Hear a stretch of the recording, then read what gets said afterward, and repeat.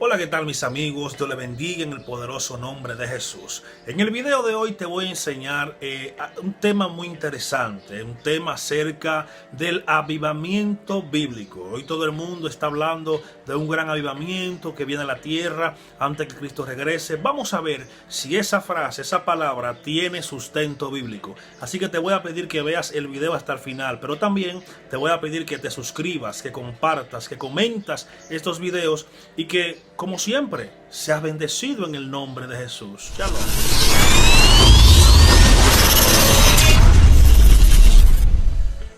Hola, ¿qué tal mis amigos? ¿Cómo están? Les saluda a su hermano y amigo Jonathan Otaño.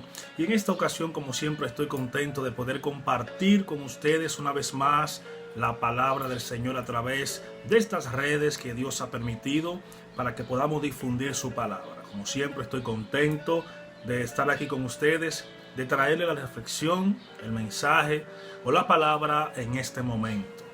En esta hora, mis amigos, quiero hablar de un tema que está quizás en el tapete debido a una actividad espiritual que supuestamente se está llevando a cabo en una de las ciudades de Estados Unidos, una universidad de Estados Unidos, que ahora no recuerdo el nombre. Vamos a estar hablando acerca del avivamiento bíblico. ¿Qué es el avivamiento bíblico? Y digo supuestamente porque no estoy allá, simplemente estoy escuchando noticias, no lo pongo en duda, tampoco lo afirmo. Pero a raíz de lo que está pasando en esa universidad de Estados Unidos, que hay un aparente avivamiento, vamos a estudiar acerca del avivamiento. ¿Qué es el avivamiento bíblico? Ojo, no el avivamiento que pueda pensar que es la iglesia, no el avivamiento que pueda pensar que es una denominación o una persona en particular. Entonces, ¿qué es el avivamiento? Vamos a leer algo que escribí aquí. El avivamiento es un término que se usa a menudo en los círculos cristianos para describir un movimiento del Espíritu de Dios que trae renovación y transformación a los individuos, las comunidades y las naciones. La Biblia está llena de ejemplos de avivamientos, avivamiento bíblico, donde el pueblo de Dios se volvió a Él, que es una de las características, creo que la principal característica del avivamiento es cuando el pueblo se vuelve a Dios y a su palabra. Dice, se vuelve a Él con todo su corazón y experimentó su gracia y poder de manera asombrosa. Entonces, el avivamiento, como escribí aquí, es un movimiento del Espíritu que trae transformación y trae renovación. En algunos círculos cristianos se enseña, sin fundamento bíblico, ojo, que antes de que el Mesías regrese por segunda vez a la tierra, va a haber un movimiento espiritual muy grande, va a haber un avivamiento en las iglesias en el final de los tiempos, pero eso no tiene fundamento bíblico y lo vamos a demostrar por la palabra. Es más una errónea interpretación de un versículo que hay en la Biblia. En Joel capítulo 2 versículos 24 al 28 habla que en los últimos tiempos Dios derramará de su espíritu y los jóvenes, los caballeros tendrán sueños, los jóvenes tendrán visiones y el Espíritu se derramaría sobre toda carne o sobre toda criatura, como dicen algunas versiones.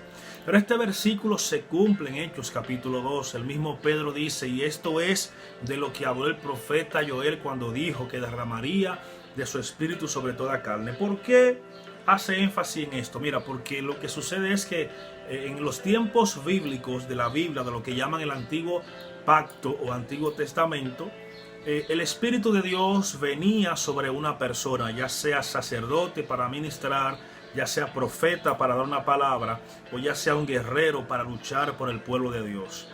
El Espíritu de Dios iba sobre X persona, cumplía la misión para la cual Dios lo envió, y este Espíritu volvía e iba al Padre. Entonces, llegaría un tiempo donde el profeta Joel, creo que también Ezequiel habla de eso, donde el Espíritu de Dios ya se iba a implementar en los corazones de la persona. O sea, el Espíritu de Dios ya no iba a estar de aquí para allá, sino que Dios lo iba a implantar en los corazones. Es ahí cuando dice que cambiaría los corazones de piedra por corazones de carne y pondré mi espíritu y mis leyes en su corazón. Está hablando de un tiempo donde el Espíritu de Dios, la chispa divina, un desprendimiento de la deidad, se iba a establecer dentro de cada persona que creyese.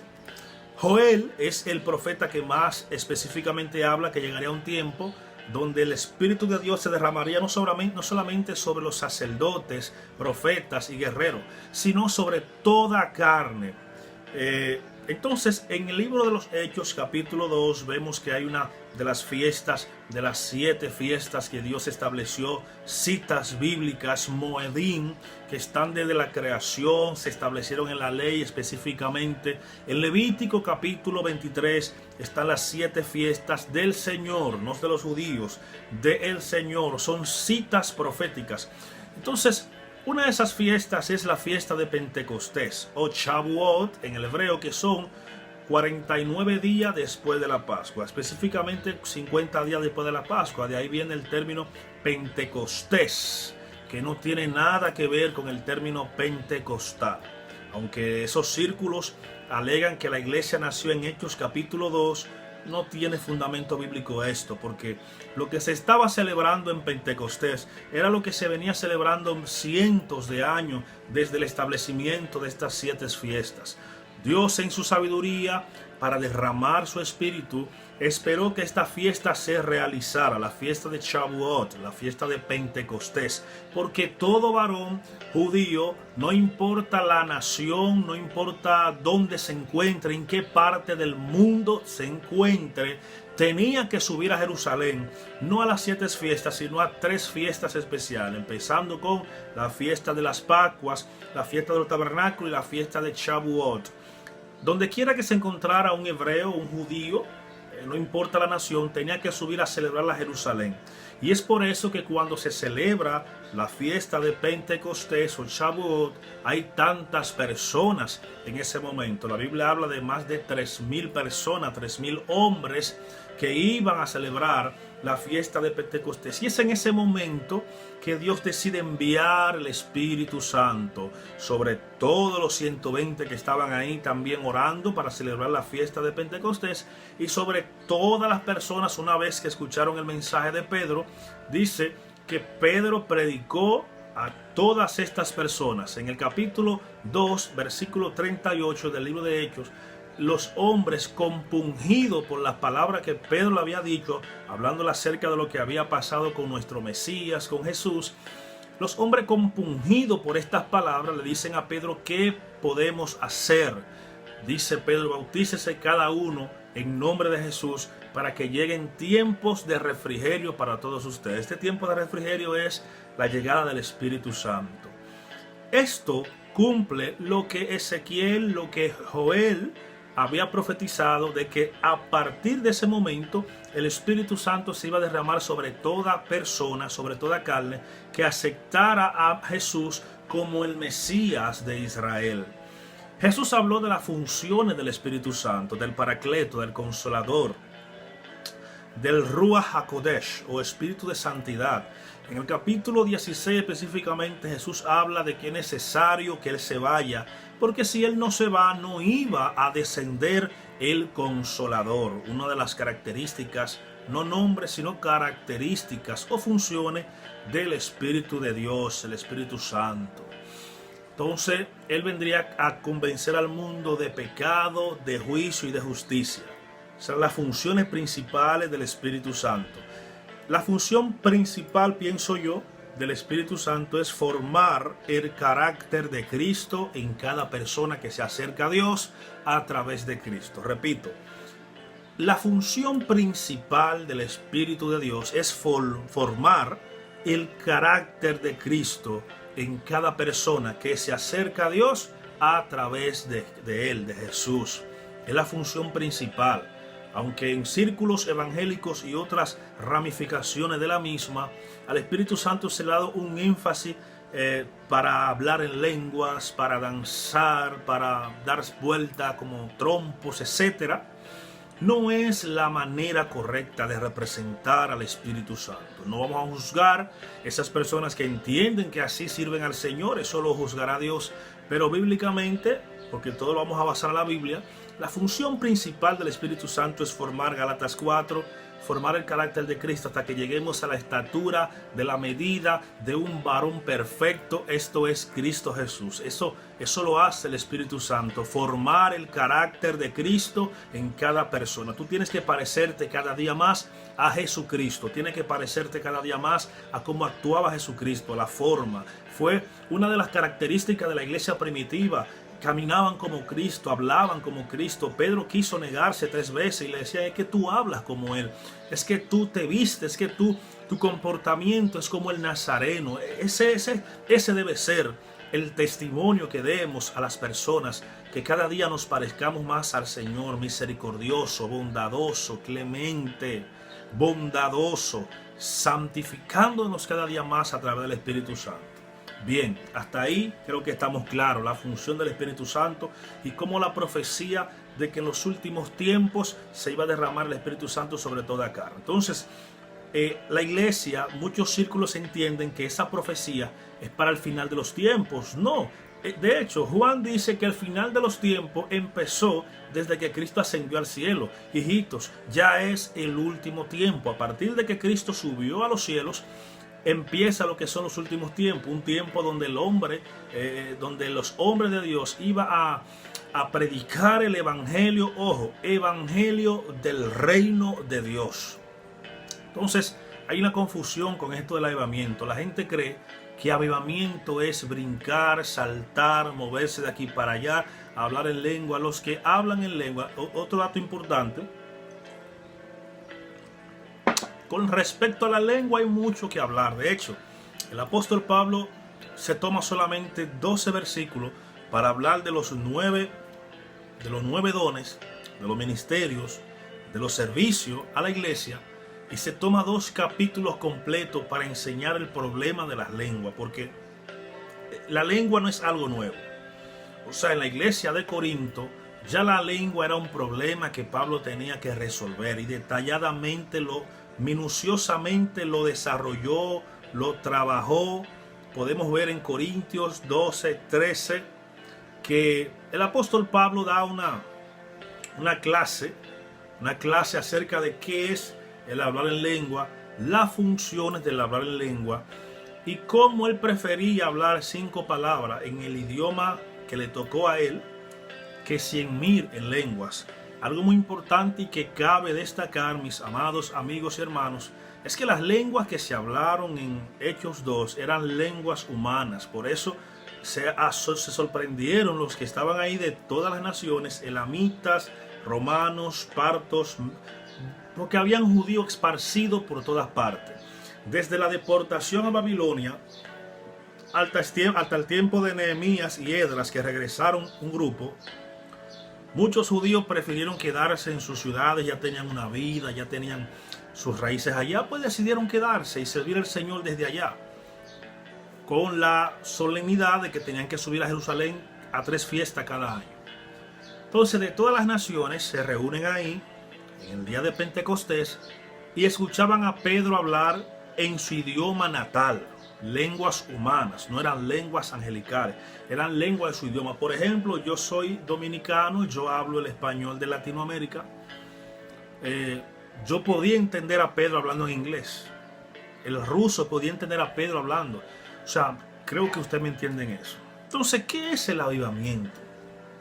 Dijimos al principio que el avivamiento es un mover del Espíritu que trae transformación y cambio en la vida de una nación o una persona en particular. El avivamiento tiene que ver con volverse a Dios, con volverse a su palabra. No tiene que ver con cantar mucho, no tiene que ver con conciertos, no tiene que ver con actividades que todas son importantes. No le restamos importancia a esas actividades. Pero el avivamiento bíblico tiene que ver con que el pueblo de Dios, con que las naciones se vuelvan a Dios, con que un individuo se vuelva a Dios. Por eso cuando los profetas predicaban decían volveos a Dios. En Jeremías 16 habla de que regresemos a las sendas antiguas. Y entonces la gente, hay iglesias que creen que las sendas antiguas es volver a las cosas que ellos hacían al principio. No, las sendas antiguas ahí en el contexto que habla Jeremías es volver a aquel tiempo cuando el pueblo obedecía la ley, cuando la ley era su guía, cuando la ley era lo que decía David, porque mejor es tus mandamientos que la vida, son más dulces que la miel. Volver a las sendas antiguas es volver a ese tiempo donde el pueblo, Dios era su guía, Dios era quien lo guiaba. No tiene nada que ver con música, no tiene nada que ver con ropa. Tiempos antiguos es andar con el... No, mi hermano. Tiempos antiguos tiene que ver con volverse a Dios. Vamos a ver algunos ejemplos bíblicos de avivamiento para luego sacar nuestra tesis y decir por qué no hay avivamiento ahora mismo, ni habrá al final de los tiempos. Usted tiene la autoridad de rebatirme. Yo no hablo la verdad absoluta, yo hablo lo que está escrito en la Biblia y en ella me baso. Ejemplos de avivamientos en la Biblia. Bueno, vamos a poner el primer ejemplo. En 2 de Crónicas, capítulo 29, versículo 31, encontramos el avivamiento en tiempos del rey Ezequías. Dice así, voy a leer. El rey Ezequías fue uno de los pocos reyes judíos de Judá que buscó restaurar la adoración en el templo y reformar la nación.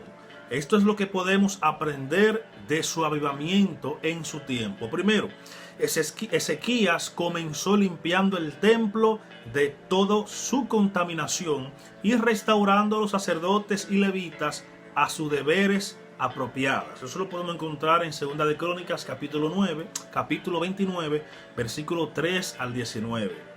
Esto muestra que el avivamiento a menudo comienza con una limpieza espiritual de nuestros corazones y mente, a medida que nos alejamos del pecado y volvemos al comportamiento como el servicio a Dios. Como decía al principio, el avivamiento no tiene que ver con música, no tiene que ver con caminatas, tiene que ver con que el pueblo se vuelva a Dios, tiene que ver con que el pueblo vuelva a los mandamientos de Dios y Dios sea su guía. Por ejemplo, Ezequías invita a todo el pueblo de Judá e Israel a venir a Jerusalén para celebrar la Pascua. Lo primero que hizo Ezequías fue renovar el servicio al templo, renovar la casa de Dios. ¿Por qué es lo primero que hace? Porque lo primero que tenemos que hacer, bueno, vamos para allá primero. Lo primero que tenía que hacer Ezequías era restaurar el templo, porque en el templo era que Dios se manifestaba. El templo servía como una guía donde el pueblo iba a consultarse a Dios, Dios descendía, y también era el servicio de los sacerdotes, que era algo que no podía dejar de hacerse porque prefigurizaba lo que iba a ser el Mesías. Dice, invitó a todo el pueblo de Jerusalén e Israel a venir a celebrar fiestas al Señor, a celebrar sacrificios. En otras palabras, Ezequías invitó al pueblo a volverse a los principios que Dios mandó. Segundo, Ezequías oró para la misericordia y el perdón de Dios por los pecados del pueblo. Una vez restaurado el servicio en el templo, entonces Ezequías invita a la humillación, invita a orar para que Dios tenga misericordia de todo el pueblo por haberse apartado de los mandamientos. Y dice que Dios respondió a su oración sanando a toda la nación y proveyendo para sus necesidades. Segunda de Crónicas 30, 18 al 20. Esto muestra que el avivamiento es, en última instancia, una obra de la gracia y la misericordia de Dios, ya que Él responde a nuestros arrepentimientos y fe con abundante gracia. El avivamiento de Ezequías condujo una época de gran prosperidad y gozo para el pueblo de Judá, que alababa a Dios por su bondad y misericordia. Una vez que restauramos el templo, que es nuestro corazón, una vez que oramos a Dios por arrepentimiento, entonces viene lo que es la recompensa de Dios. Dice que hubo una época que trajo prosperidad y gozo al pueblo, trajo alegría y trajo restauración. Primero arregló el templo y todo lo que tiene que ver con el templo, que eran los levitas y sacerdotes. Luego invitó al pueblo a humillarse delante de Dios. ¿Y eso qué trajo como consecuencia? Gozo, restauración, sanación de la nación y, obviamente, bendiciones de parte de Dios. Ese fue en el tiempo de Ezequías. Alabado sea el nombre de nuestro Dios. Otro ejemplo de avivamiento es el avivamiento de Josías. Segunda de Crónicas, capítulo 34, versículo 35. Dice así lo siguiente: el rey Josías fue otro rey justo de Judá, que buscó restaurar la adoración en el templo y reformar la nación. Esto es lo que podemos aprender de el avivamiento en tiempo de Josías. Primero, Josías comenzó reparando y limpiando el templo. Fíjese la simetría que hay en estos dos avivamientos. Todo empiezan restaurando el templo, restaurando el servicio a Dios, porque no hay avivamiento si Dios no está en él. No hay, mis hermanos y amigos, avivamiento si Dios no está en el asunto. Por eso los que conocen a Dios como Ezequías y Josías, lo primero que hicieron fue restaurar el servicio al templo. En una ocasión Dios se molestó porque cuando vinieron del cautiverio fueron a construir sus casas primero y olvidaron la casa del Señor. Y Dios le dijo: subid al monte, traed madera y edificad la casa del Eterno. Todo empieza con la casa. Hoy no tenemos el templo de Jerusalén, hoy tenemos el templo de nuestro corazón. Si queremos avivamiento en cada uno de nosotros, tenemos que hacer como hicieron estos reyes: restaurar el templo que es nuestro corazón, restaurar nuestras vidas, volvernos a Dios de todo corazón. Si no nos arrepentimos, si no limpiamos nuestro corazón de toda inmundicia, de todo tipo de pecado, no puede haber avivamiento en nuestras vidas, por ende en nuestra iglesia y por ende tampoco en la nación.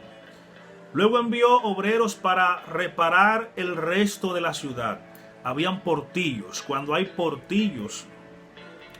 portillos en nuestras vidas, entonces hay problema. También dice que mandó a obreros a reparar el resto de la ciudad. Cuando en nuestro corazón hay fisuras, hay cosas malas, pues ¿qué hace Dios? Cuando hay fisura, hay brecha, se sale lo que está dentro de nosotros. Por ejemplo, si tenemos un pecado, si tenemos algo que a Dios no le agrada, por ahí se va la gracia del Señor. Sigue diciendo Josías: esto muestra que el avivamiento a menudo implica una restauración práctica de nuestro entorno físico y social, mientras abordamos las necesidades e injusticias de nuestras comunidades con compasión y creatividad. Lo segundo que hizo Josías fue descubrió el libro de la ley en el templo y se lo leyó al pueblo, quienes estaban convencidos de sus pecados y se comprometieron a seguir los mandamientos de Dios. Había un tiempo larguísimo sin que se leyese la ley de Dios. Josías, restaurando el templo, encontró el libro de la ley. El libro de la ley fue leído a todo el pueblo y el pueblo empezó a llorar. ¿Por qué? Porque empezó a notar que lo que estaba diciendo el libro de la ley no era conforme a sus caminos. O sea, en otras palabras, se dieron cuenta que estaban caminando mal. Se dieron cuenta que no estaban haciendo las obras que el Señor le había encomendado. Fue algo terrible, mi hermano, ese avivamiento. Porque, repito, el avivamiento tiene que ver con volvernos de todo corazón a la palabra de Dios. Esto muestra que el avivamiento requiere un enfoque renovador de la palabra y una profundización de nuestro conocimiento y comprensión de su verdad. Señor, hay gente que le están dando culto a la ignorancia, que enseñan que no es importante aprender la Biblia. ¿Por qué? Porque la letra mata. Bueno, de hecho, tú dices que la letra mata por desconocimiento. El hecho de que tú digas que la letra mata implica y da de notar que tú no tienes conocimiento. Porque hay que ver por qué Pablo, en qué contexto y qué quería decir Pablo cuando dice que la letra mata. No tiene nada que ver con lo que usted está diciendo. Avivamiento tiene que ver con volverse a la palabra de Dios, con volverse a la lectura de la Biblia. No podemos obedecer a Dios como Él manda si no tenemos conocimiento de la misma. Y te voy a poner un ejemplo. En tiempos de David, David intentó llevar el arca del pacto a Jerusalén, pero lo llevó de la manera incorrecta, en una carreta con becerros alándola. Entonces la carreta tropezó con una piedra. Y por la ineptitud de David murió un hombre llamado Usa. Por querer salvar el arca, Dios lo mató, porque había un mandamiento de que nadie podía acercarse al arca y mucho menos tocarla. Cuando David va a la ley, entonces lee la forma correcta que se debería trasladar el arca. O sea, esa muerte ocurrió por un desconocimiento de David, por no saber la palabra y saber la forma correcta de trasladar el arca. ¿Por qué, mis hermanos? Porque la ignorancia, escucha bien, la ignorancia esclaviza. Para tú poder servir a Dios de manera efectiva, tienes que conocer su palabra. No hay forma de obedecer a Dios correctamente si no conocemos lo que Él dictamina en sus palabras. Por eso es importante volverse a la palabra. Hay avivamiento cuando el pueblo se vuelve a la lectura de la palabra, cuando el pueblo se compromete, hace un compromiso fiel con estudiar las Sagradas Escrituras. Y eso fue lo que hizo Josías, implementar la lectura de la ley que había años largos que no se estaba leyendo. Dice, Josías dirigió al pueblo en la celebración de la Pascua, otro mandamiento de las 7 fiestas que no se estaba celebrando. No había avivamiento, pero él tuvo que restaurar todo eso, que no se había celebrado en muchos años, y los animó a adorar y servir a Dios con todo su corazón. Esto está en 2 de Crónicas 35, 1, 19. Esto muestra que el avivamiento implica reavivar nuestra pasión y devoción por Dios, a medida que descubrimos el gozo y la alegría que hay en servir a Dios y a su palabra.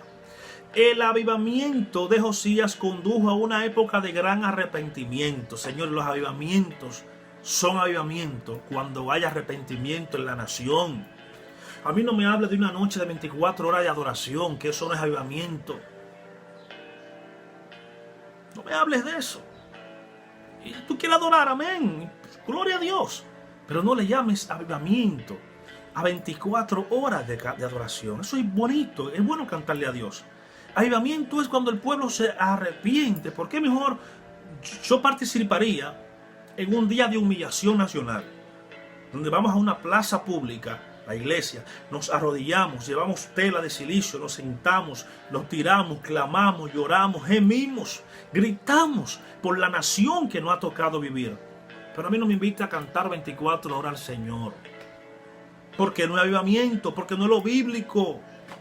Fíjate que ni Ezequías ni Josías convocaron a los levitas a cantar. No era tiempo de cantar, no era tiempo de celebrar, era tiempo de humillarse. ¿Hasta cuándo van a entender esto? Que es cuando es tiempo de humillarse, no es tiempo de cantar. No hay nada que celebrar. Celebramos cuando Dios nos da la victoria después de la humillación, pero no antes, no al revés. Hay un proceso, no es a la manera del hombre, es a la manera de Dios. Seguimos en esto. Esto muestra que el avivamiento no es solo una experiencia personal o individual, sino corporativa y nacional, mientras buscamos la voluntad y los caminos de Dios para nuestra sociedad y cultura. Otro arrepentimiento o otro ejemplo de avivamiento. Otro ejemplo de avivamiento. Escuchen. Aleluya. Nínive, capítulo 3 de Jonás. La ciudad de Nínive era una gran ciudad del mundo antiguo, pero también era una ciudad malvada. Era una ciudad malvada, merecedora del juicio de Dios. Sin embargo, cuando el profeta Jonás predicó a la gente de Nínive, se arrepintieron y se volvieron a Dios, y Dios le mostró misericordia. Esto es lo que podemos aprender del avivamiento que hubo en Nínive. La misericordia y la gracia de Dios están disponibles para todos, incluso para aquellos que están lejos de Él y merecen el juicio. Esto muestra que el avivamiento no es solo para los justos, sino también para los malvados, ya que Dios desea que todos se salven y lleguen al conocimiento de la verdad. El arrepentimiento es clave para el avivamiento. En otras palabras, no hay avivamiento si no hay arrepentimiento. Grábese esto, iglesia, amigo, naciones que me escuchan. No se puede hablar de avivamiento cuando no hay arrepentimiento, ya que implica alejarse del pecado y volverse a Dios. Lo que dije al principio, avivamiento quiere decir alejarte de Dios, perdón, Dios reprenda, alejarte del pecado y volverte a Dios. El avivamiento tiene que ver con alejarte del pecado y volverte a Dios. No se trata solo de sentir pena por nuestros pecados, sino también de cambiar nuestros corazones, mentes y nuestra actitud delante de Dios. Dios responde al arrepentimiento con compasión y perdón. Dios responde al avivamiento con compasión y perdón. Dios quiere que todos se salven y lleguen al conocimiento de la verdad. Esto muestra que el avivamiento no es solo un esfuerzo humano, sino un don divino. Escucha, hermano. Nínive era una ciudad que había conquistado a Israel años antes. De hecho, dicen los eruditos que Jonás no quería predicarles a Nínive porque ellos eran los causantes de la muerte de sus familiares. Yo estoy seguro que habían muchos profetas, pero Dios escogió a Nínive, escogió a Jonás por una razón, para que sanara su corazón. Si bien es cierto que Nínive merecía todo el castigo y todo el juicio de Dios, también merecía misericordia de Dios. No podemos pretender que nosotros somos los únicos justos que merecemos la gracia de Dios. Dios envía a Jonás a Nínive. Dentro de 40 días Nínive será destruida. Dice la Biblia que desde el rey hasta los animales declararon ayuno, declararon oración, declararon humillación. El pueblo se humilló de tal manera que Dios perdonó su pecado. Jonás, en respuesta a eso, se enoja y Dios le da una enseñanza a través de una calabaza que nace en la mañana y se seca en la tarde. Entonces Jonás se ofende y Dios le dice: tú te ofendes porque esta calabaza nació en la mañana y se secó en la tarde. Sin embargo, quieres que yo destruya a toda una ciudad que no sabe distinguir entre su mano derecha y su mano izquierda. Entonces Jonás aprendió la lección. Para Dios es más importante la salvación del alma que cualquier cosa. Y otra cosa que aprendemos es que cuando el pueblo se humilla, entonces hay misericordia y hay avivamiento. Por último, el avivamiento bajo Esdras y Nehemías. Esdras capítulo 7, 10, 8 y 13 dice: Esdras y Nehemías eran líderes del pueblo judío que regresaron a Jerusalén después del exilio babilónico para reconstruir el templo y las murallas de la ciudad. También dirigieron un avivamiento del pueblo al enseñar la ley y animar a la obediencia a Dios. Esto es lo que podemos aprender de este avivamiento en tiempos de Nehemías. La palabra de Dios es esencial. Es que los 4 tipos de avivamiento que hemos visto enfatizan tanto en la palabra de Dios como en la restauración del templo. Es que el pueblo tiene que entender que no hay avivamiento si no hay un amor por la palabra. Hoy en día hay un mover grandísimo de adoraciones, de adoración, todo el mundo canta y eso es bonito. De hecho, si examinamos las canciones que hoy se le adoran a Dios, se le cantan a Dios, no tienen sustento bíblico. Anteriormente quienes escribían canciones eran teólogos, personas que conocían la palabra. Hoy en día cualquiera canta y porque tenga una buena voz y un buen timbre de voz, ya se cree adorador. Pero gloria a Dios por eso. Esto muestra que el avivamiento no se trata solo de experiencias emocionales o actividades sociales, sino también de la verdad y la autoridad de la palabra para transformar nuestros corazones y mente y dirigir nuestros caminos. Quien transforma, mis amados hermanos y amigos, es el Espíritu Santo, pero es a través de la palabra predicada. El Espíritu Santo transforma a través de la palabra predicada. Si no hay palabra, no hay transformación. Jesucristo dijo: la carne para nada aprovecha. El Espíritu es el que da la vida. Y las palabras que yo he hablado son espíritu y son vida. Hay que volver a la palabra. La confesión y el arrepentimiento son necesarios para el avivamiento, ya que implican reconocer y alejarse del pecado. Nehemías y Esdras tenían que enseñarle a esta generación que volvía a Jerusalén el amor por el templo y el amor por su palabra, el amor por la ley. Dice que Esdras, que fue el gran, dicen los eruditos, que fue la persona que canonizó lo que conocemos como Antiguo Testamento, que organizó todo, que enseñó la ley, era tan grande como Moisés en el sentido del conocimiento de la ley. Esdras fue un reformador y un precursor de lo que fue un avivamiento en tiempos de Nehemías. Entonces, mis hermanos y amigos, para que haya avivamiento en una nación tiene que haber arrepentimiento, tiene que haber confesión de pecado, tiene que haber restaurar el templo de nuestro corazón y tiene que ver con amor por su palabra. Si estas 4 características no están, no podemos hablar de avivamiento. Ahora bien, hay algunas características, que vamos a ver aquí. En 2 Timoteo capítulo 3, 1:17, el apóstol Pablo le dice a Timoteo: pero debes saber esto, que en los últimos días vendrán tiempos difíciles, porque los hombres serán amadores de sí mismos, ávaros, jactanciosos, soberbios, blasfemos, desobedientes a los padres, ingratos, irreverentes, sin amor, implacables, calumniadores, desenfrenados, salvajes, aborrecedores de lo bueno, traidores, impetuosos, envanecidos, amadores de los placeres en vez de amar a Dios, teniendo apariencia de piedad, pero habiendo negado su poder. A los tales evita, porque entre ellos están los que se meten en las casas, etcétera, etcétera. Esta sería la característica de los hombres en los últimos finales. Esto no habla de avivamiento, esto habla de apostasía. De hecho, Filipenses 2 habla de que antes de que regrese el Señor había un avivamiento. No, antes de Cristo no hay avivamiento, no es bíblico. Pablo dice que lo que viene es una apostasía. ¿Y qué es la apostasía? Es un apartamiento de la verdad de la Biblia, de la verdad de Dios. No hay ni habrá avivamiento antes que Cristo regrese. No habrá, no es bíblico. Y lo que no es bíblico no se cumple.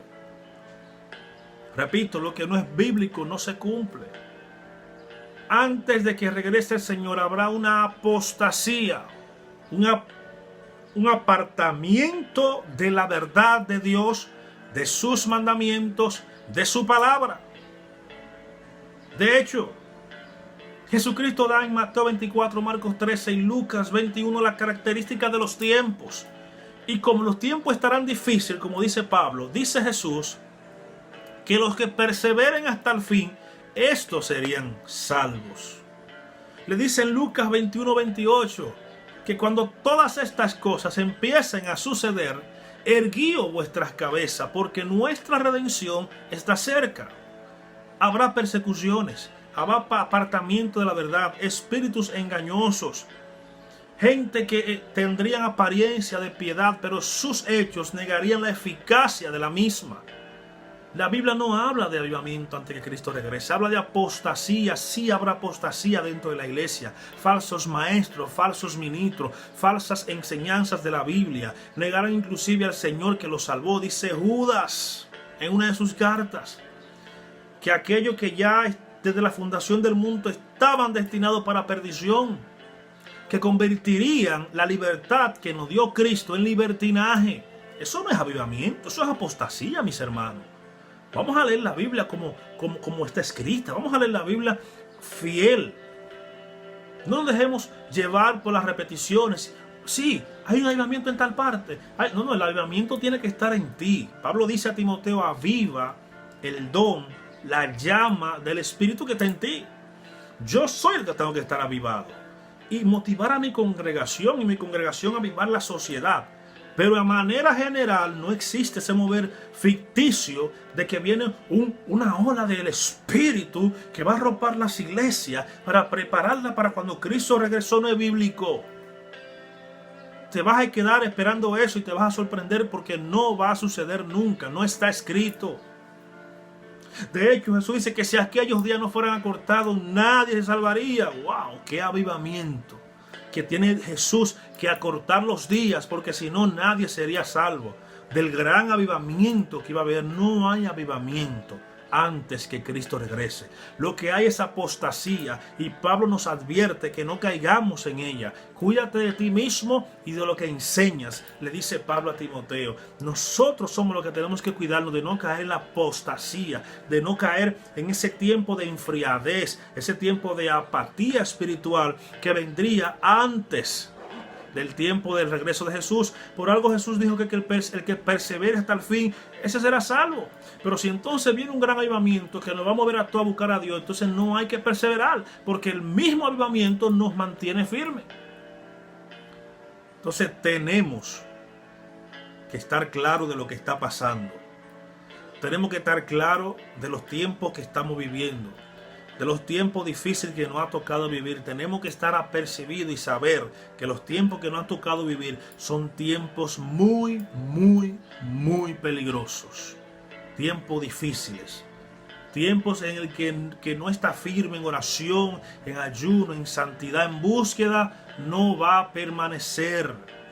Cuando venga esa persecución, cuando vengan esos días difíciles, cuando vengan esos días que Satanás te ataca, si no está fundado sobre la roca, no vas a aguantar las embestidas de las pruebas. Avivamiento es cuando te vuelves a la palabra, cuando te arrepientes, cuando restauras el templo, que es tu corazón donde habita Dios. Eso es avivamiento, mis hermanos y amigos. No se dejen engañar. Ciertamente hay iglesias que están avivadas, hay hombres de Dios que están avivados, hay movimientos, hay concilios que están avivados, pero yo hablo de manera general, no hay avivamiento, a manera general no. Recuerde que Dios siempre se va a guardar un remanente. Procura tú estar dentro de ese remanente. Procura tú ser de las 5 vírgenes que, aunque todas cabecean, el aceite que tienen dentro la mantiene firme delante de Dios con sus lámparas encendidas. Procura tú hallarte como obrero aprobado para que no te avergüences aquel día cuando estés delante de Jesús. Así que, mis hermanos, Dios les bendiga mucho, Dios les guarde. Para mí siempre es un placer traerles palabra de vida, enseñar la Biblia. Para mí es la pasión más grande que puede haber y a la vez el privilegio inmerecido que tengo de parte de Dios. Pero por su amor y misericordia nos ha dado la gracia para poder enseñar su palabra, y aquí estamos haciendo lo que Él nos manda. Así que Dios nos guarde, Dios te bendiga y shalom para tu vida.